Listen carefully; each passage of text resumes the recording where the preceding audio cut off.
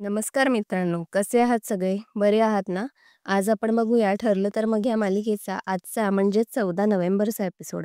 एपिसोडच्या सुरुवातीला आपल्याला दाखवतात की सायली मैनावतीला अर्जुनच्या ऑफिसमध्ये घेऊन येते आणि गुलाबबाई सुद्धा त्या ऑफिसमध्ये असते. पण मैनावतीला ऑफिसची छान चौकी बघून हे सगळं विसरून जाते आणि म्हणते, "जावई बापू काय पण म्हणा, तुम्ही तुमचं ऑफिस खूप छान बांधलंय. एसी काय, चाकं काय ह्या टेबलला, खुर्च्या काय मस्त आहेत." सायली म्हणते, "बस बस तू खुर्चीवर बस." तेवढ्यात तिची नजर गुलाबबाईवर जाते आणि ती एकदम घाबरते आणि उठायला निघते. म्हणते, "आता मी घरी जाते, आता मी घरी जाते." अर्जुन म्हणतो, "नाही, जरा चहा पाणी घ्या, जरा बसा." सायली म्हणते, "तू या बाईंना ओळखतेस का?" मैनावती म्हणते, "मी अजिबात ओळखत नाही कोणत्या बाईला." आणि ती पटकन पळायला निघते. शेवटी ती बाई म्हणते, "आता काय ओळख दाखवत नाहीस का? की तू आणि तुझा दारुडा नवरा आला होतात माझ्यापाशी पैसे नाहीत म्हणून, आणि त्याच पैशाने ते टेलरिंगचे दुकान उघडले." मैनावती लगेच नाटक करते, "सायली, तू या बाईवरती विश्वास ठेवून माझ्यावर आरोप करतेस?" सायली म्हणते, "मला माहितीये तू या बाईंना ओळख. सांग मला काय नातं आहे तुमचं?" मैनावती लगेच अजून जोरजोरात रडायला लागते आणि म्हणते, "9 महिने पोटात ठेवले तुला आणि त्याचं हे चीज दिलंस. मला सांग मी काय करू आता? मी नाही ओळखत या बाईला. ह्या बाईला कोणीतरी पैसे दिलेत तुमच्या विरुद्ध बोलण्यासाठी." मैनावतीला आता कळतं की तिचं इथं उघडं पडलंय. ती लगेच अर्जुनच्या पायात पडते आणि म्हणते, "जावई बापू, मला ह्या सगळ्यातून तुम्ही जाऊ देऊ नका. कृपा करा माझ्यावरती. मी तुमच्या पाया पडते.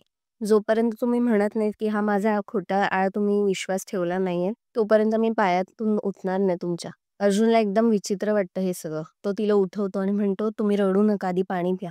हे सगळं करू नका." सायली म्हणते, "आत्तापुरतं आम्ही हे सगळं थांबवतोय, पण याचा अर्थ असा होत नाही की हा विषय सोडून दिलाय आम्ही. ह्याच्या खोलापर्यंत आम्ही नक्की जाऊ."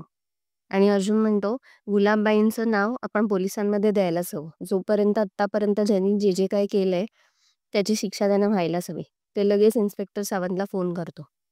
इकडे तन्वी विचार करत असते तिच्या खोलीत, की काहीतरी नक्कीच सायलीला माझ्या विरुद्ध मिळालंय. म्हणून ती मैनावतीला एवढी घेऊन गेली आणि रागात होती. आणि तन्वी एकदम अस्वस्थ होते. अश्विन तन्वीला म्हणतो, "तन्वी, मला जरा कॉफी दे." तन्वी म्हणते, "तू स्वतः जाऊन घे ना, काय आहे?" अश्विन वैतागतो, म्हणतो, "दरवेळी मी स्वतःच जाऊन घेतो. आता जरा दे ना, माझं काम आहे म्हणून." तन्वी म्हणते, "जा रे, मी काय रिकामटेकडी आहे का? तुलाच तेवढी सगळी कामं दुनियाभरची." अश्विन म्हणतो, "काय झालं तन्वी, कोण काय बोललं का?" आणि ती तन्वी त्याला फटकारून लावते आणि तिकडून वैतागून निघून जाते. अश्विन विचारच करत राहतो की हिला काय झालं नक्की. इकडे सायली तिच्या खोलीत विचार करत असते. अर्जुन तिला म्हणतो, "तू स्वतःला त्रास करून घेऊ नकोस." सायली म्हणते, "मी त्रास नाही करून घेते, कारण मला हा भूतकाळ स्वतःचा वाटतच नाही. असं वाटतंय कोणत्या तिराईत मुलीचा भूतकाळ मी लांबून बघते पिक्चरसारखा. ही मी नव्हतेच आणि माझं बालपण असं गेलंच नाही." सायली म्हणते, "आता ही गोष्ट मला घरच्यांना सांगायला लागेल." अर्जुन म्हणतो, "पण आपल्याकडे काहीच पुरावे नाहीयेत किंवा आपल्याला काही ठोस असा मुद्दा मिळालेला नाहीये." पण सायली म्हणते, "आपलं कॉन्ट्रॅक्ट मॅरेज होतं ते जेव्हा आपण सांगितलं नाही तेव्हा काय झालं तुम्हाला कळलं ना? आता हे सगळं सुद्धा घरच्यांना सांगायला हवं." पण अर्जुन म्हणतो, "पण तिकडे तर तन्वी सुद्धा आहे." सायली म्हणते, "म्हणून मी त्यांनाच बोलणार आहे. बाकीच्यांना कोणालाच सांगणार नाही." मग अर्जुन आणि सायली पूर्ण आजीच्या खोलीत सगळ्यांना एक एक करून बोलवतात. तन्वीच्याही लक्षात येतं की सगळ्यांना तिकडे बोलवलं जातंय.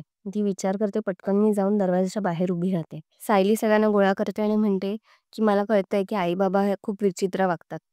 माझी एकच रिक्वेस्ट आहे तुम्हाला की त्यांच्या चुका तुम्ही पोटात घालू नका. ते कसे विचित्र वागले तरी त्यांना तिथल्या तिथे टोका. प्रियाला पण असं वागवतो, पण तोच न्याय आईबाबांना पण करा, म्हणजे त्यांना जाब बसेल झाला तरी. अस्मिता म्हणते, "अगं पण हे कसं शक्य आहे? तुझे आई वडील आहेत ते. मला त्यांचं वागणं जरी खटकत असलं तरी सुद्धा असं कसं वागू शकतो आपण?" सायली म्हणते, "त्यांचं वागणं हल्ली वाढतच चाललंय, म्हणून मी तुम्हाला रिक्वेस्ट करते, आणि ही गोष्ट माझ्या आधीपासूनच लक्षात येत होती, फक्त आत्ता मी बोलली आहे तुम्हाला हे सगळं." तर मी हे सगळं दाराआडून ऐकते आणि म्हणते, "मला पण आता नीट वागायला हवं, नाहीतर मला पण हे लोक घरातून हकलवून लावतील." नंतर आपल्याला दाखवतात की अर्जुन त्याच्या खोलीत विचार करत बसलेला असतो की सायलीचे आईबाबा भेटले ह्या एक्साइटमेंटमध्ये मी काही चेक न करता असंच त्यांना घेऊन आलो. माझी तिकडे चूकच झाली.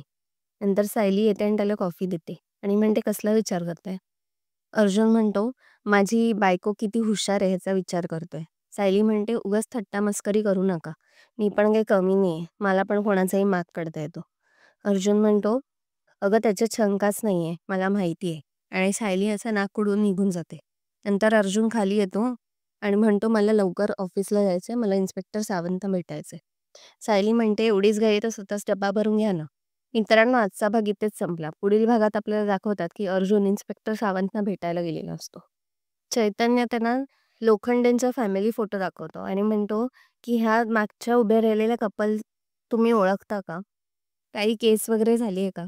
त्यावर इन्स्पेक्टर सावंत म्हणतात, काही दारू बिरूची केस वगैरे आहे का ह्यांच्यावरती? अर्जुन म्हणतो, तुम्ही असं का म्हणताय? इन्स्पेक्टर सावंत लगेच दोघांना बोलवतात आणि त्याच्यामध्ये सदा देखील असतो. दारू पिऊन त्याने तमाशा केलेला असतो म्हणून त्याला आतमध्ये टाकलेलं असतं. सदाला बघून अर्जुन आणि चैतन्य एकदम शॉक होऊन जातात. नंतर आपल्याला दाखवतात की पूर्णाजी एक गोधडी देते सायलीला आणि म्हणते, सायली ही बघ किती छान गोधडी आहे. सायली म्हणते, ही ह्यांची गोधडी आहे का हो लहानपणीची?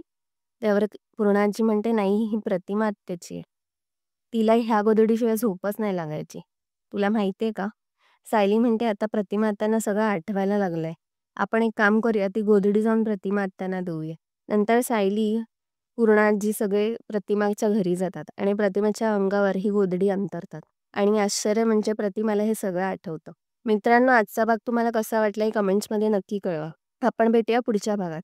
तोपर्यंत बघत राहा ठरलं तर मग. आणि व्हिडिओला लाईक, शेअर आणि सबस्क्राईब करायला विसरू नका. बाय.